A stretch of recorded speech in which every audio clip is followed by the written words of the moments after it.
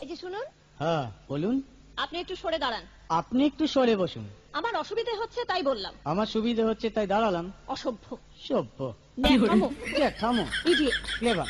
আপনি কি ভদ্রলোক? আপনি কি ভদ্র মহিলা? আপনার সাথে কথা বলাই আমার ঘাট হয়েছে। আপনার সাথে কথা বলা আমার পুকুর হয়েছে। বাসের মধ্যে সিন ক্রিয়েট করবেন না। আপনি বাসের মধ্যে সিন ওপেন করবেন না।